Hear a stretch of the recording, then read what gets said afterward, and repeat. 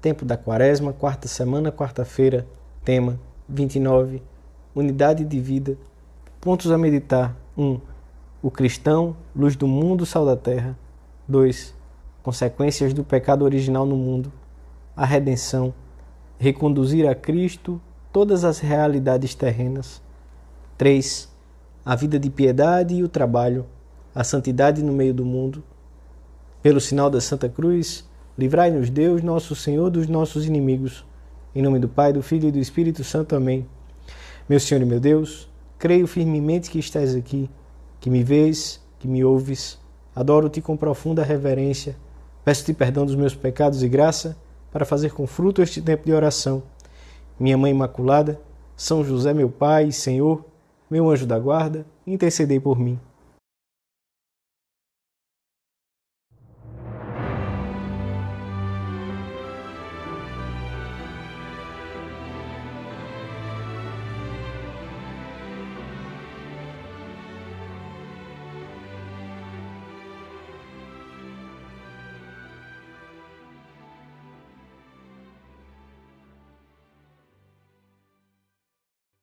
Deus não enviou o seu Filho ao mundo para condená-lo, mas para que o mundo seja salvo por ele. Veio à terra para que os homens tivessem luz e deixassem de se debater nas trevas, e ao terem luz, pudessem fazer do mundo um lugar onde todas as coisas servissem para dar glória a Deus e ajudassem o homem a atingir o seu último fim. Mas a luz resplandece nas trevas, e as trevas não a compreenderam. São palavras atuais para uma boa parte do mundo, que continua na escuridão mais absoluta, pois sem Cristo os homens jamais alcançarão a paz, nem a felicidade, nem a salvação. Fora de Cristo só existem as trevas e o pecado. Quem rejeita Cristo permanece sem luz e já não sabe por onde vai o caminho. Durante séculos, muitos homens separaram a sua vida, trabalho, estudo, negócios, pesquisas, lazer, da fé. E como consequência dessa separação, as realidades temporais ficaram desvirtuadas e muitos chegaram a considerar o mundo como um fim em si mesmo, sem nenhuma referência a Deus, acabando por tergiversar as próprias verdades mais fundamentais e básicas. De modo especial, é preciso corrigir essa separação nos países ocidentais, porque, nestes casos, muitas gerações se estão perdendo para Cristo e para a Igreja, e porque, infelizmente, desses lugares se envia ao mundo inteiro o joio de um novo paganismo. Este paganismo contemporâneo caracteriza-se pela busca do bem-estar material a qualquer preço e pelo correspondente esquecimento, seria melhor dizer medo, autêntico pavor, de tudo o que possa causar sofrimento. Dentro desta perspectiva, palavras como Deus, pecado, cruz, mortificação, vida eterna, tornam-se incompreensíveis para uma grande parte das pessoas que desconhecem o seu significado e o seu conteúdo. Essa espantosa realidade está à vista de todos.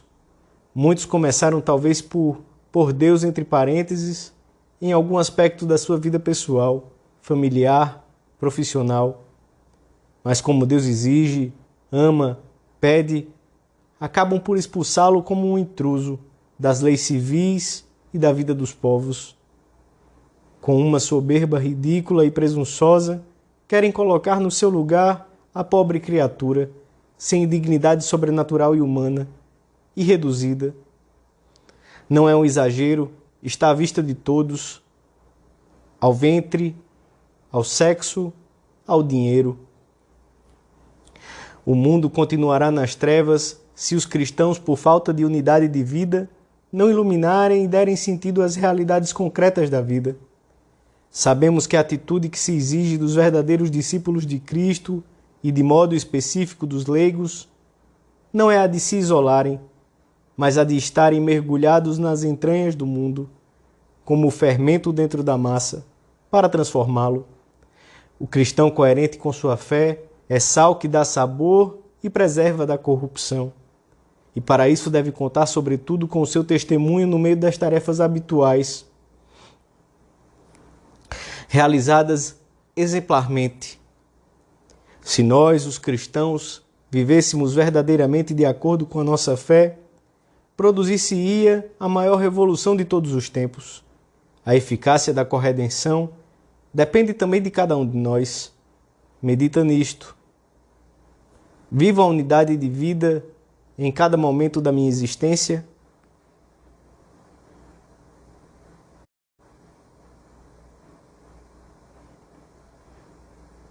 Dois. Todas as criaturas foram postas a serviço do homem, dentro da ordem estabelecida pelo Criador. Adão, com a sua soberba, introduziu o pecado no mundo, quebrando a harmonia de todas as coisas criadas e do próprio homem.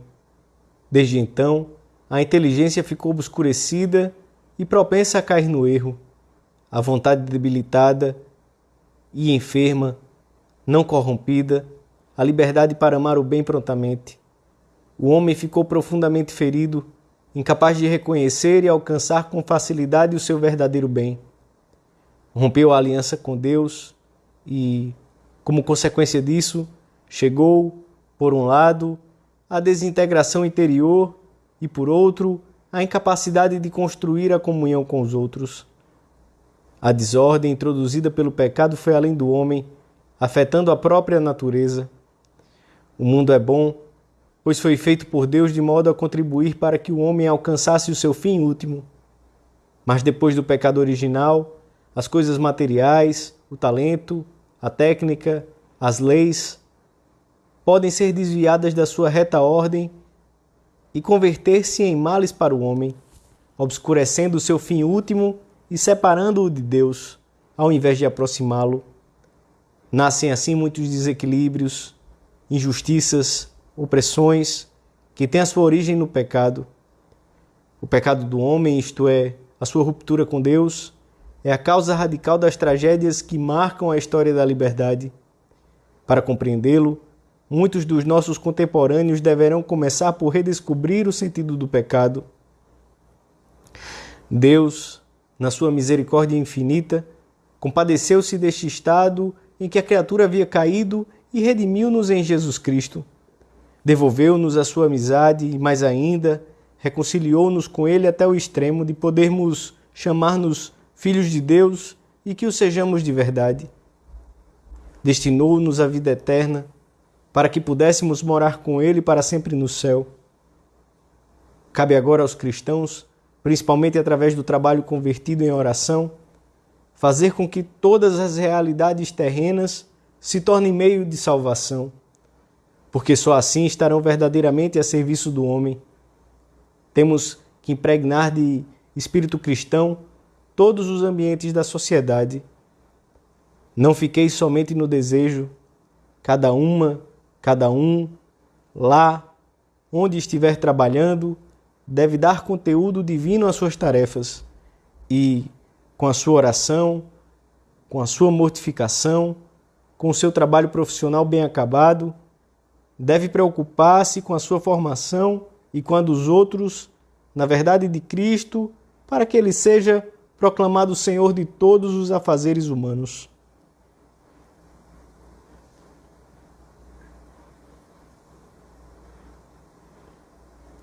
Três. A missão que o Senhor nos confiou é a de infundir o sentido cristão na sociedade, porque só então as estruturas, as instituições, as leis, o descanso terão um espírito cristão e estarão verdadeiramente a serviço do homem. Os discípulos de Jesus têm que ser semeadores de fraternidade em todos os momentos e em todas as circunstâncias da vida. Quando um homem ou uma mulher vivem intensamente o espírito cristão, todas as suas atividades e relações refletem e comunicam a caridade de Deus e os bens do reino. É preciso que os cristãos saibam pôr nas suas relações cotidianas de família, amizade, vizinhança, trabalho e lazer, a marca do amor cristão, que é a simplicidade, veracidade, fidelidade, mansidão, generosidade, solidariedade e alegria. As práticas pessoais de piedade não devem ser isoladas do resto das nossas tarefas, mas devem ser momentos em que a referência contínua a Deus se torne mais intensa e profunda, de modo que depois seja mais alto o tom das atividades diárias. É evidente que procurar a santidade no meio do mundo não consiste simplesmente em cumprir ou multiplicar as devoções ou práticas de piedade, mas em chegar à unidade efetiva com o Senhor, que esses atos promovem e para a qual estão ordenados. E quando há uma união efetiva com o Senhor, isso influi em toda a atuação da pessoa. Essas práticas hão de levar-te, quase sem o perceberes, à oração contemplativa. Brotarão da tua alma mais atos de amor, jaculatórias, ações de graças, atos de desagravo, comunhões espirituais. E isto enquanto cuidas das tuas obrigações, quando atendes ao telefone, quando tomas um meio de transporte, quando fechas ou abres uma porta, quando passas diante de uma igreja, quando começas uma nova tarefa, enquanto a realizas e quando a concluis. Procuremos viver assim, com Cristo e em Cristo, todos e cada um dos instantes da nossa existência, no trabalho, na família, na rua, com os amigos. Consiste nisso a unidade de vida. Então, a piedade pessoal passará a orientar-se para a ação e dar-lhe-á impulso e conteúdo até convertê-la num contínuo ato de amor a Deus. E, por sua vez, as ocupações de cada dia passarão a facilitar o trato com Deus e serão o campo em que se exercitam todas as virtudes. Se procurarmos trabalhar bem e introduzir nas nossas tarefas a dimensão transcendente que resulta do amor a Deus, essas tarefas servirão para a salvação dos homens e tornaremos o mundo mais humano. Pois não é possível respeitar o homem, e muito menos amá-lo, se nega ou se combate a Deus, uma vez que o homem só é homem quando é verdadeiramente imagem de Deus. Pelo contrário, a presença de Satanás na história da humanidade aumenta na proporção em que o homem e a sociedade se afastam de Deus. Nesta tarefa de santificar as realidades terrenas, os cristãos não estão sozinhos. Restabelecer a ordem querida por Deus e conduzir o mundo à sua plenitude é principalmente fruto da ação do Espírito Santo, verdadeiro Senhor da história. Não se tornou mais curta a mão de Deus. Deus não é hoje menos poderoso do que em outras épocas, nem é menos verdadeiro o seu amor pelos homens. A nossa fé ensina que a criação inteira, o movimento da terra e dos astros, as ações retas das criaturas e tudo quanto há de positivo no curso da história, tudo, numa palavra, veio de Deus e para Deus se ordena. Pedimos ao Espírito Santo que mova as almas de muitas pessoas, homens e mulheres, anciãos e jovens, sãos e doentes, para que sejam sal e luz nas realidades terrenas. Dou-te graças, meu Deus, pelos bons propósitos, afetos e inspirações que me comunicaste nesta meditação.